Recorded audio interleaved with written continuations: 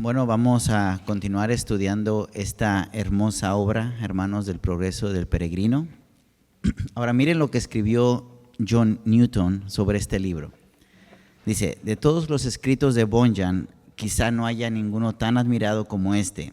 En él vemos una descripción de la vida cristiana bajo la idea de un viaje o una peregrinación desde la ciudad de la destrucción hasta la Jerusalén celestial. Gozaos peregrinos en dicha obra. Por eso lo estamos estudiando, hermanos, de forma devocional, porque nosotros también somos peregrinos y nos podemos identificar con la historia narrada de este libro de alguna forma. Por así decirlo, esta historia también es nuestra historia. Así que vamos a orar, hermanos, buscando la ayuda divina. Oremos. Dios Padre, Señor, en este día te damos gracias por Cristo Jesús, gracias por nuestro Salvador tan grande que tenemos. Gracias, Padre, porque en Él estamos completos, en Él estamos gozosos, en Él estamos bien. Y yo te pido, Señor, que en ese espíritu, en ese pensar de quiénes somos ahora en Cristo, nosotros podamos gozarnos, Señor, en los textos, en las doctrinas, en todo lo que tú nos has mostrado por medio de tu palabra, Señor. Ayúdanos que este día sea un tiempo de pensar, un tiempo de recapacitar, un tiempo de reflexionar, Señor, sobre nuestros deberes, sobre nuestro trabajo, pero también sobre quiénes somos ahora en Cristo. Ayúdanos, Padre, también a orar conforme a tu palabra. Ayúdanos a estar agradecidos por lo que tú nos das, por lo que tú no nos das, por lo bueno, por lo malo, Señor. Somos tuyos. Y eso es lo más importante que tenemos, que somos tus hijos, Señor, y todo lo que tengamos, Señor, siempre es por tu voluntad. Y así lo creemos y estamos contentos por eso. Te lo pedimos, Señor, en el nombre de Cristo Jesús. Amén. La vez pasada, hermanos, vimos a nuestro peregrino que cantaba un himno nuevo, no sé si se acuerdan. Un cántico nuevo donde por gracia Cristiano entendió varias cosas. Él entendió el profundo amor de Cristo por los escogidos, entendió lo que Cristo sufrió en la cruz del Calvario para que ahora los escogidos fueran justificados y liberados de la culpa y de la maldición del pecado. Eso fue algo nuevo para él, ese fue su nuevo cántico. Porque cuando el creyente llega a la cruz, hermanos, su carga es liberada, cae en la tumba y jamás vuelve a ser vista. Ahora el creyente vive los efectos de la fe y de la obra regeneradora de Cristo, recibe el perdón de sus pecados y su culpa y su castigo son clavados en la cruz.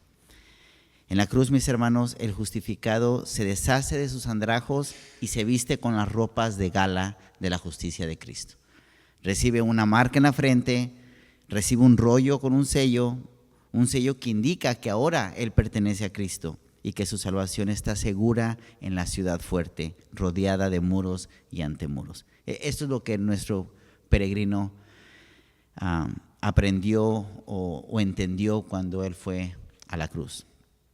Ahora, antes de continuar la narrativa de donde nos quedamos, me gustaría responder la siguiente pregunta. Es algo que vimos la vez pasada, pero que no lo enfaticé y quisiera tomar el tiempo para hacerlo. ¿En qué punto del orden de salvación está nuestro peregrino? Yo creo que es importante que respondamos esa pregunta a la luz de todo lo que hemos aprendido por nuestros pastores del orden de salvación. Pero antes respondamos una pregunta también. ¿Por qué es necesario contemplar o estudiar el orden de salvación?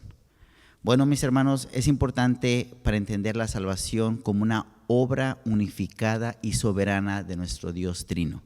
Y para mantener una comprensión clara y verdadera de cómo Dios aplica la salvación en nosotros, los creyentes. Ahora, la palabra de Dios enseña claramente el orden de salvación. Esa es una verdad. Romanos 8, del 28 al 30, Tito 3, 5, Juan 1, 13, Efesios 1, del 3 al 5, 1 Corintios 1, del 22 al 24, Romanos 5, 9, entre otros. Conocemos muy bien este tema gracias a lo que nuestros pastores nos han enseñado. Pero también este orden, hermanos, es una forma útil de mantener nuestros ojos en el hecho de que la palabra de Dios nos enseña que de principio a fin la salvación es del Señor, realizada para nosotros por medio de nuestro Señor Jesucristo. Así que estudiar esta doctrina o estudiar estas doctrinas, hermanos, nos recuerda que la salvación es del Señor. Dios no comienza el proceso de salvación solo para abandonarnos a la mitad. Todos los conocidos en Romanos 8 del 29 al 30 son glorificados. Y todos los lavados que vemos en 1 Corintios 6:11 son justificados. Así que Dios permite que veamos todo el panorama completo. Nuestra salvación es verdaderamente del Señor de principio a fin. Entonces respondamos en qué punto del orden de salvación está nuestro peregrino. Bueno, sabemos que sin gracia, antes de la fundación del mundo, fue conocido y amado de una forma íntima por Dios. Y debe ser así, mis hermanos, porque la salvación tiene su base en el amor de Dios.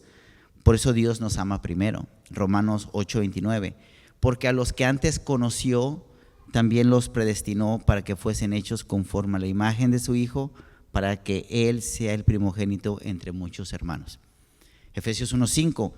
Que en amor, habiéndonos predestinado para ser adoptados hijos suyos por medio de Jesucristo, según el puro afecto de su voluntad.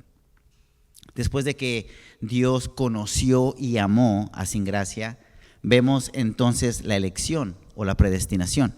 Esto significa, hermanos, que Dios escogió algunos para ser salvos, los escogió desde antes de la creación del mundo y todo según el puro afecto de su voluntad. Él tiene el derecho, hermanos, pues es Dios soberano también en la salvación. Efesios 1:4, según nos escogió en él antes de la fundación del mundo para que fuésemos santos y sin mancha delante de él. Así que Dios nos predestinó. Ya en el área visible o la obra que nosotros ya podemos contemplar, ¿verdad? Vemos al Espíritu Santo llamando a sin gracia a través de la predicación del Evangelio, lo que conocemos como el llamado externo. Esto significa que en algún momento de la vida de sin gracia el Evangelio fue predicado. Y lo sabemos porque sin gracia respondió a ese llamado. Lo sabemos porque el Espíritu Santo empezó una obra en ese hombre, empezó a inquietarlo, empezó el interés por las cosas de Dios, empezó el hambre por la verdad, empezaron las convicciones de pecado. Esto es lo que conocemos como el llamado interno. No sé si recuerdan, pero sin gracia fue convencido por la palabra de Dios que la ciudad de destrucción iba a ser destruida por la ira de Dios y que tenía que buscar salvación en algo más grande a él. Él no podía salvarse por sí mismo, él estaba convencido que necesitaba un Salvador. Estamos hablando de un llamado eficaz, hermanos, una obra poderosa del Espíritu Santo obrando personalmente en este peregrino. 1 Corintios 1:22, porque los judíos piden señales y los griegos buscan sabiduría, pero nosotros predicamos a Cristo crucificado, para los judíos ciertamente tropezadero y para los gentiles locura, mas para los llamados, así judíos como griegos, Cristo poder de Dios y sabiduría de Dios. Y también Romanos 8:30, claro, y a los que predestinó a esos también llamó, y a los que llamó a esos también justificó, y a los que justificó a estos también glorificó. Entonces más adelante en la vida de sin gracia lo vemos entrando por la puerta, no sé si recuerdan. Ese es el momento, hermanos, cuando contemplamos la regeneración de nuestro peregrino. La regeneración es también conocida como el nuevo nacimiento. De igual manera, es una obra del Espíritu Santo en la que da vida nueva espiritual para creer en Él. Efesios 2:1, y Él os dio vida a vosotros cuando estabais muertos en vuestros delitos y pecados. Sin gracia es ahora otro hombre, mis hermanos. En sí su nombre cambió de sin gracia a cristiano, ¿recuerdan? Él ha nacido de nuevo, él tiene una nueva naturaleza, una nueva ciudadanía celestial, tiene un nuevo corazón, una nueva voluntad, un nuevo propósito. 2 Corintios 5:17, de modo que si alguno está en Cristo, nueva criatura es. Las cosas viejas pasaron, he aquí todas son hechas nuevas. No es hasta que cristiano es nacido de nuevo, hermanos, que puede experimentar entonces la conversión. ¿Qué es la conversión? No es hasta que el Espíritu Santo nos regenera, hermanos, que podemos responder voluntariamente al Evangelio a través de la fe en Cristo y el arrepentimiento de nuestros pecados. En la conversión, el creyente se vuelve a Cristo en fe y deja el pecado o se arrepiente. Romanos 3:22, la justicia de Dios por medio de la fe en Jesucristo para todos los que creen en Él. Y Gálatas 2:16, sabiendo que el hombre no es justificado por las obras de la ley, sino por la fe de Jesucristo.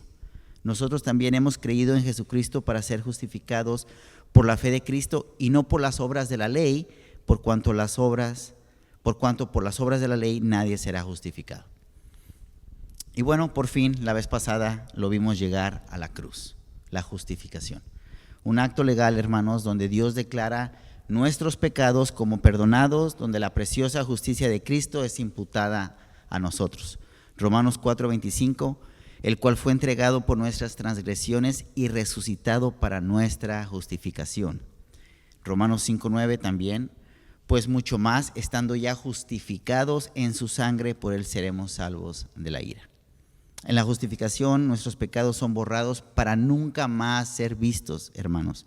Ahora somos vistos santos ante los ojos de Dios gracias a la justicia de Cristo en nosotros, o a esa nueva ropa de gala que ahora nos cubre, que es la justicia de nuestro Salvador. ¿Lo ven, mis hermanos? La obra de salvación de principio a fin es del Señor. Y bueno, no vamos a continuar, conforme vamos viendo la vida del peregrino, vamos a ver su santificación, su glorificación. Pero estas son doctrinas gloriosas, hermanos, que nos deberían de llenar de gozo, donde no podemos hacer otra cosa que darle la gloria a Dios. Un recordatorio, hermanos, de todo lo que Dios ha hecho por nosotros en Cristo Jesús. Cuán grande es nuestro Dios y la salvación que Él ha obrado en nosotros. Muy bien. Con eso en mente, no lo he traído, pero quería traerlo, hermanos, yo creo que es importante. Pero entonces vamos a continuar en la narrativa. Leemos que Cristiano iba gozoso por haber encontrado ese alivio en la cruz, por haber sido justificado, cuando se encontró con 3 hombres profundamente dormidos y atados con unas cadenas. Dice la narrativa. Los 3 hombres se llamaban simplicidad, pereza y presunción. Cristiano se acercó a ellos con el deseo de despertarlos y les dijo: despertad, que soy como los que duermen en lo alto de un mástil. Un mástil es un árbol que tiene debajo de sus pies el mar muerto, que es un abismo sin fondo. Levantaos y venid conmigo, yo os ayudaré también a quitaros esos grillos, las cadenas, lo que significa, porque si pasa por aquí el león rugiente, indudablemente caeréis en sus terribles garras. Ahora somos presentados a 3 nuevos personajes. Sus nombres revelan, yo creo, lo que ellos son: simple, pereza y presunción. Estos hombres, hermanos, comenzaron el camino como peregrinos, igual que Cristiano, pero ahora se encuentran desviados por la esclavitud y por el sueño. Y esto de estar encadenados o con grillos en los pies demuestra que nunca se habían despojado realmente por el afecto del mundo o por el afecto del yo. Ellos seguían encadenados. En otras palabras, ellos seguían esclavos al pecado. Aunque alguna vez se autoproclamaron peregrinos, aún corren el peligro de ser destruidos por su esclavitud. Y el hecho de que están durmiendo, hermanos, demuestra que no son conscientes o no tienen un interés por las cosas eternas, por las cosas celestiales. De hecho, ellos están bastante satisfechos y cómodos. Están durmiendo. Simple pereza y presunción se han desviado del camino y han perdido de vista la cruz. Se han alejado del Señor, se han alejado de la palabra y han encontrado un falso refugio en su propia comodidad. Y eso es importante entender, hermanos. Quizás hicieron una confesión emocional, quizás creyeron en sus decisiones, fueron suficientes para ser salvos, pero a pesar de su supuesta cercanía a Cristo, ellos permanecen desviados. Quizá ellos comenzaron como una buena religión, pero eso no es lo que cuenta, sino la verdadera perseverancia en la fe, obra del Espíritu Santo, por acaso, y la esperanza solo en Cristo. Eso es lo que al final cuenta, hermanos. Entonces, ¿qué estamos viendo aquí?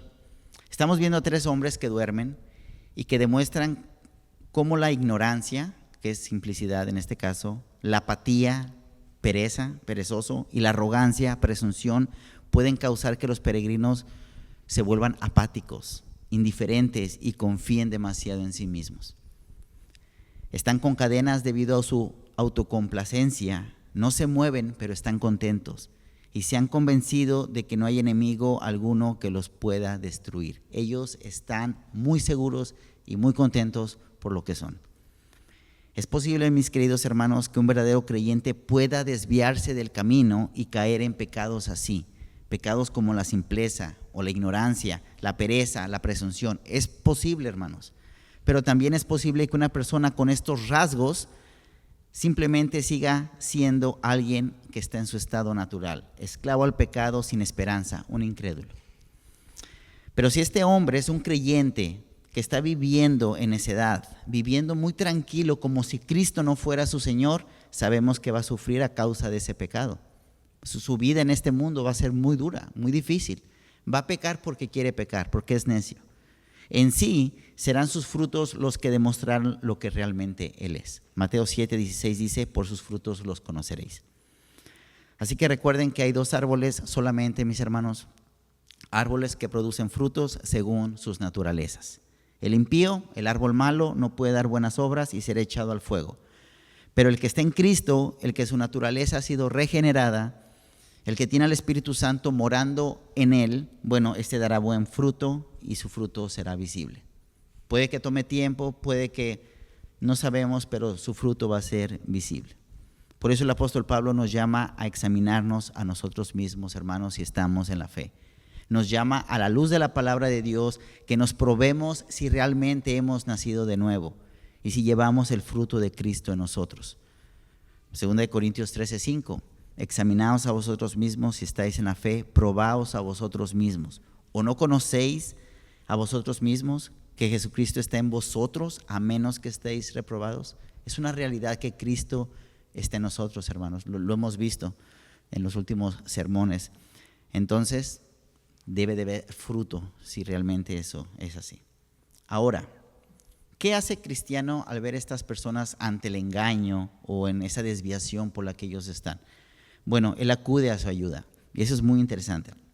Cristiano intenta animarlos y lo hace comparando su conducta con la del borracho de Proverbios 23. Bueno, el contexto de Proverbios 23, estamos viendo consejos sabios, ¿verdad? Advertencias para no ser controlados por las cosas o las personas, y también se nos anima a seguir la piedad. Eso es como en general lo que Proverbios 23 nos está diciendo. Miren lo que dice Proverbio 23 del 34 al 35. Serás como el que yace o el que duerme en medio del mar, o como el que está en la punta de un mastelero. Un mastelero también es un árbol. Y dirás, me hirieron, mas no me dolió. Me azotaron, mas no lo sentí. Cuando despertaré, aún lo volveré a buscar. Esta metáfora, hermanos, del que duerme en medio del mar, es usada para describir el mareo, la náusea o la confusión de un borracho. Porque si bien el contexto está hablando de un borracho. Bueno, el borracho igual que el simple, que el perezoso o que presunción carecen de sentidos. Cuando ellos se levanten de su sueño, ellos seguirán borrachos. Aunque el borracho tenga dolor y aunque el borracho sufra, se convencerá a sí mismo de volver a beber. Esta es una evidencia de que él sigue en su pecado. De igual manera, Cristiano les advierte, y fíjense cómo los ayuda o cómo los advierte con las mismas palabras de la Biblia. 1 de Pedro 5:8, con la bendita palabra de Dios, hermanos, no con sabiduría humana, sino con la sabiduría que necesitamos. 1 de Pedro 5:8, sed sobrios y velad, porque vuestro adversario el diablo, como león rugiente, anda alrededor buscando a quien devorar. No debemos estar tan relajados, mis hermanos, es lo que estamos diciendo, tan durmientes en nuestra vigilancia. Por eso la importancia de la lectura, por eso la importancia de la oración. Y lo que me llama la atención es ver a este peregrino cristiano, después de experimentar una justificación, de experimentar el perdón de sus pecados, verlo ofreciendo ayuda a estos hombres a quitarse las cadenas y que se regresen al camino. Cristiano sabía exactamente lo que eso significaba, pues él también tuvo que lidiar con su carga por mucho tiempo. Bueno, el estar ahora en Cristo despertó en él la pasión de ayudar al prójimo. Pero estos hombres no querían ayuda. Estos hombres no la querían. De hecho, leemos que se quejaron por la ayuda. Simplemente querían descansar más. Miren cómo continúa la narrativa. Los tres se despertaron. fijaron sus miradas en Cristiano, empezando a contestarle. Simplicidad: yo no veo aquí peligro alguno. Pereza añadió a su vez: aún un poco más para dormir. Y Presunción se quejó por meterse en lo que nada le importaba. Y con esto se entregaron de nuevo al sueño, dejando a Cristiano que siguiese su camino. Cristiano, profundamente entristecido y lastimado de ver a aquellos hombres puestos en riesgo tan eminente, rehusar testarudos al que generosamente se había brindado, después de despertarlos de su nefasto sueño y darles saludables consejos y ayudarles a deshacerse de sus ligaduras. Desafortunadamente, hermanos, esas personas no son desconocidas hoy en día en nuestra iglesia. El simple, el perezoso y presunción abundan entre nosotros. Y en amor, hermanos, podemos también tener la oportunidad de ayudarlos, aconsejándolos a quienes están atrapados en el engaño de la simpleza, de la pereza y la presunción.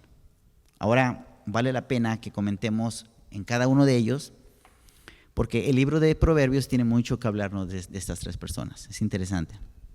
Pero antes me gustaría rápidamente resaltar algunas cosas del libro de Proverbios para que tengamos un mejor entendimiento cuando traemos un texto de Proverbios. Del capítulo 1 al capítulo 9 de Proverbios, el rey Salomón está dando como una serie de sermones o discursos acerca de la sabiduría. En esos 9 capítulos, él nos muestra quién es la sabiduría. Y ese alguien es nuestro Señor Jesucristo. Cristo es la sabiduría de la cual se habla en el libro de Proverbios, hermanos. Esto lo sabemos porque la doctrina no la enseña. Miren lo que dice 1 Corintios 1:24. Este es un texto de plena mención. 1 Corintios 1:24. Mas para los llamados, así judíos como griegos, Cristo, poder de Dios y sabiduría de Dios. Colosenses 2:3. En quien están escondidos todos los tesoros de la sabiduría y el conocimiento. Y 1 Corintios 1:30. Mas por él estáis vosotros en Cristo Jesús, el cual nos ha sido hecho por Dios sabiduría, justificación, santificación y redención. Bueno, también en estos 9 capítulos de Proverbios, Salomón nos instruye qué es la sabiduría celestial contrastada con la necedad. Entre el sabio y el necio, el justo y el injusto. Vemos esas comparaciones, esos contrastes. Pero a partir del capítulo 10 de Proverbios ya encontramos los dichos sabios, llamados proverbios. Los proverbios, hermanos, son declaraciones cortas con un profundo contenido de sabiduría espiritual. En otras palabras, los proverbios son como guías para los creyentes, son consejos celestiales para los que estamos en Cristo. Los proverbios son un espejo, hermanos, de cómo se debe de ver un verdadero creyente. Y también hay 4 principios generales que tenemos que tener en cuenta cuando vemos Proverbios.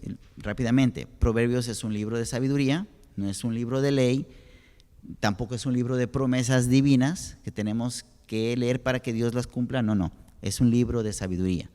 Pero también la importancia de los indicativos y los imperativos, ¿verdad? Yo creo que eso estamos bien. Número 3, Cristo es el hijo sabio de Proverbios. Y 4, bueno, una de las reglas de hermenéutica que todos conocemos, el Nuevo Testamento interpreta al Antiguo Testamento. Así que con estas 4 principios generales, hermanos, cuando leemos Proverbios podemos, con un poquito más de sabiduría, entenderlos. Así que vamos a considerar cada uno de estos personajes, hermanos, y de ahí vamos a estar sacando algunas exhortaciones. Número 1, simpleza. Bueno, simpleza fue el primero en responder al consejo. Dice que él respondió con una ignorancia, con una necedad de esta manera: no veo peligro alguno. Es ciego al peligro porque no ve la necesidad de la doctrina, no estudia, no aplica la palabra de Dios, no está interesado en los asuntos de Dios. Simple, hermanos, representa a quienes son espiritualmente torpes, son espiritualmente ignorantes, ingenuos, faltos de discernimiento, espiritualmente necios, ignorantes en la palabra, carentes de conocimiento y de formación necesaria para formar un buen juicio sobre su condición espiritual. El simple no ve el peligro que corre su alma. Ahora, hay creyentes que pueden ser simples, hermanos, es lo que estamos diciendo, pero también puede ser que él simplemente no sea un creyente. Él solo anhela las bendiciones y las promesas de Dios, pero pasa por alto los deberes y las advertencias. Si Simpleza se hubiera tomado el tiempo de leer la Biblia, de meditar en ella, de vivir en una vida de oración y aprender quién es Él realmente ahora que está en Cristo y quién es Cristo y quién es Dios, sin duda vería su peligro como un pecador terco ante un fuego que lo consume todo. Para el hombre simple, la verdad es demasiado complicada. No se mete en cosas que no entiende. Hace poco hablé con un hermano que dijo, yo lo que no sé mejor ni me meto.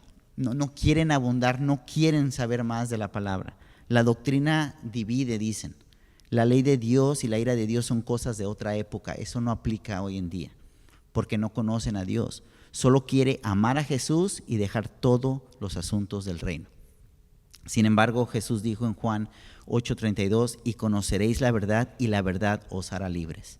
Un conocimiento real y espiritual de Cristo, hermanos, hace que todos experimentemos la verdadera libertad.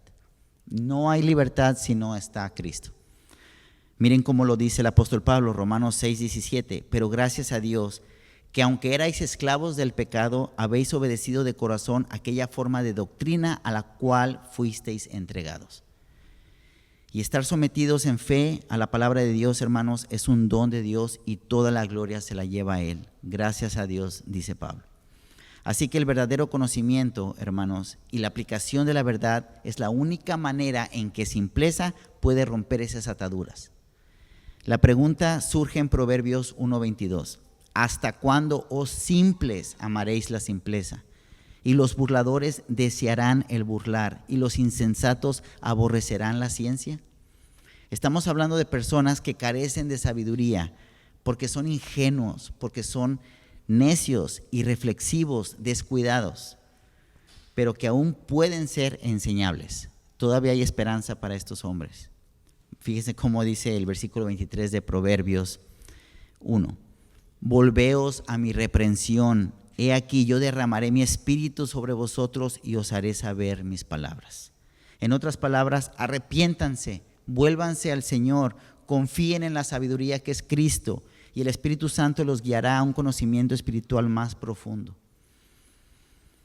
Juan 14, del 15 al 17, dice, si me amáis, guardad mis mandamientos. Y yo rogaré al Padre y os dará otro consolador para que esté con vosotros para siempre.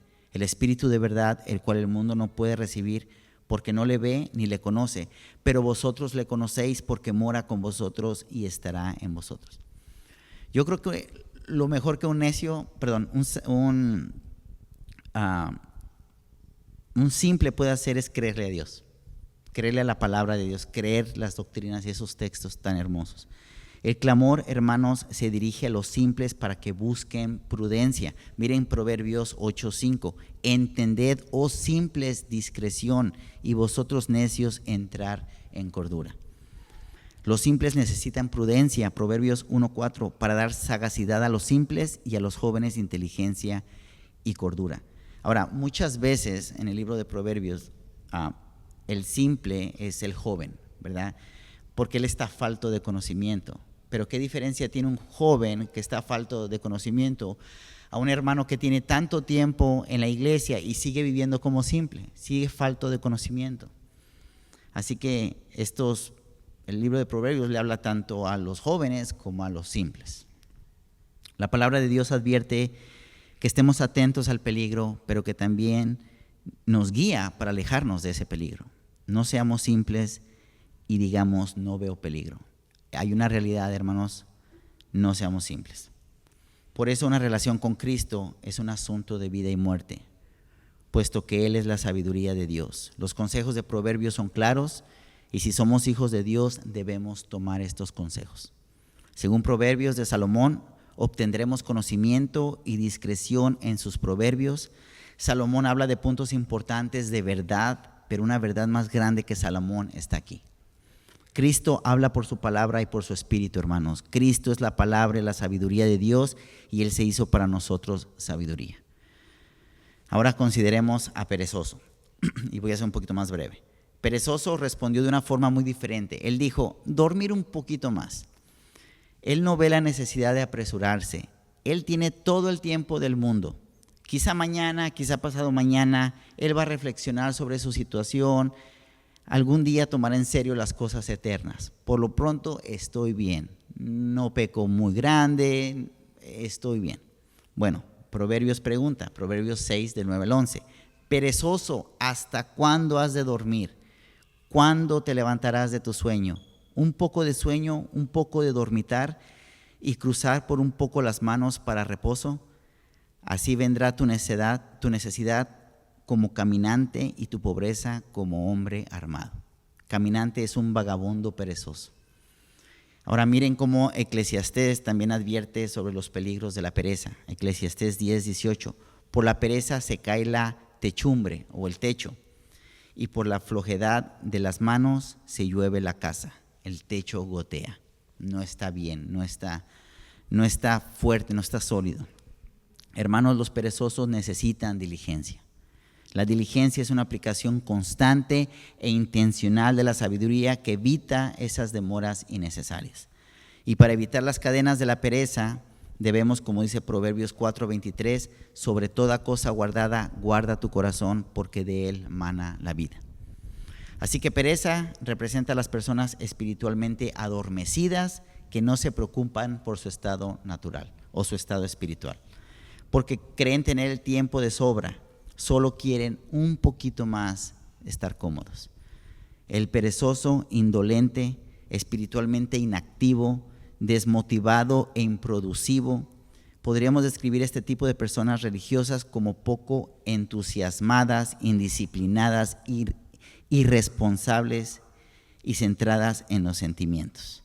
Se esfuerzan muy poco en los asuntos espirituales, sin ver motivo alguno para entusiasmarse con la vida cristiana, con esa cosmovisión bíblica, hermanos. Me recuerda a los de la iglesia de Sardis de Apocalipsis 3, del 1 al 3. Dice, describe el ángel de la iglesia en Sardis, el que tiene los 7 espíritus de Dios y las 7 estrellas, dice esto: yo conozco tus obras, que tienes nombre de que vives y estás muerto.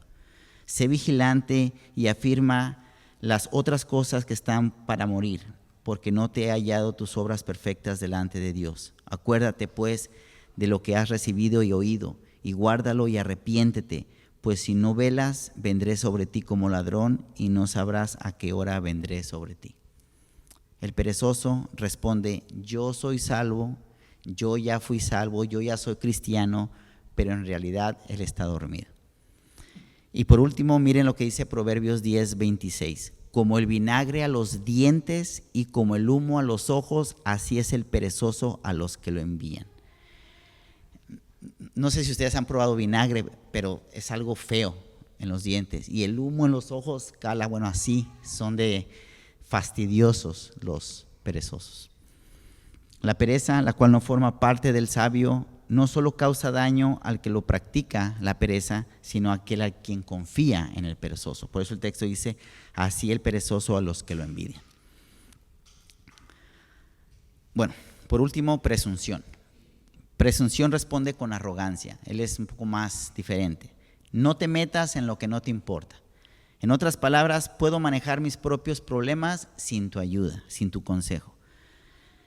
Quienes presumen de la gracia de Dios suelen ser los más ofendidos cuando reciben un consejo piadoso. Presunción se sentía bastante cómodo antes de que Cristiano llegara a su consejo, y todo para que pueda hundirse más en su coma espiritual. Este está mucho más dormido que simple y que perezoso. Actuar con presunción es actuar como un necio, hermanos. La presunción es una confianza ciega, es una arrogancia. Ellos suponen paz donde no hay. Ellos necesitan escuchar la verdad. Su falsa y su vana confianza debe ser sacudida por la verdad de la palabra. El temor de Jehová, hermanos, es conocer a Dios. Como creyentes redimidos debemos estar alerta. Debemos esforzarnos siempre por derribar esos pilares de la vana esperanza y confiar solamente en Dios. Ya para terminar, por mucho que lo intente Cristiano, no logra cambiar la opinión de estos hombres encadenados. No hay presunción que sirva si Dios no les abre los ojos a estas personas. Por más que nosotros le demos consejos, por más que hablemos con ellos, es el Señor el que va a abrirle sus ojos, es el que los va a levantar de su sueño. Desafortunadamente en la historia, los pecados de la ingenuidad la pereza y la presunción resultaron mortales para muchas personas. Proverbios también nos advierte del fin de aquellos que no escucharon la sabiduría. Miren lo que dice Proverbios 1 del 28 al 32. Entonces me llamarán y no responderé. Me buscarán de mañana y no me hallarán, por cuanto aborrecieron la sabiduría y no escogieron el temor de Jehová. No quisieron mi consejo y menospreciaron toda reprensión mía. Comerán del fruto de su camino y serán hastiados de sus propios consejos, porque el desvío de los ignorantes los matará, y la prosperidad de los necios los echará a perder. En la segunda parte del Progreso del Peregrino, cuando Cristiana llega a este lugar de la historia, ¿verdad?, dice que estos hombres ya no estaban dormidos, en sí ya estaban colgados con sus grilletes. Dice la narrativa, estos 3 hombres eran de muy mala calidad, no tenían intención de ser peregrinos, y a quien podían lo impedían, eran perezosos y necios, y a quien podían persuadir lo hacían también, y además les enseñaban a presumir que al final les haría muy bien. Es que esto es lo más malo de esas personas, que ellos piensan que al final les va a ir muy bien. Estaban dormidos cuando Cristiano pasó, y ahora que pasas tú, están colgados. Su necedad finalmente los alcanzó y los condujo hasta el infierno, incluso estaban muy cerca de la cruz. No solo se destruyeron a sí mismos con su necedad, sino que también obstacularizaron el camino de otros. Solamente, hermanos, estando en Cristo y haciendo uso de los medios de gracia que Dios nos ha dejado, que podremos protegernos continuamente de la necedad, de la ingenuidad, de la pereza y de la presunción. Solamente estando en Cristo y haciendo uso de esos medios. No nos atrevamos, hermanos, a dejarnos atrapar por estos pecados. No nos atrevamos a obstaculizar a otros con este ejemplo tan necio. Hay que tener nuestras mentes y nuestros ojos en la cruz. Hay que tener nuestra mira en Dios, no en las cosas de este mundo. Estemos despiertos, estemos vigilantes en oración, en la palabra. Oremos los unos por los otros para que Dios nos abra los ojos de la verdad y nos ayude a perseverar en la fe hasta el día que lleguemos al final de nuestra peregrinación y encontremos la entrada a la ciudad celestial. Dice la narrativa que más adelante Cristiano vio a otros 2 hombres que caían por el muro a la izquierda del camino angosto. Ellos se brincaron al camino. Los personajes, formalidad e hipocresía. Pero bueno, de ellos hablaremos en nuestro próximo devocional. Hermanos, hasta aquí. No sé si hay algún comentario, alguna aportación. Estamos viendo de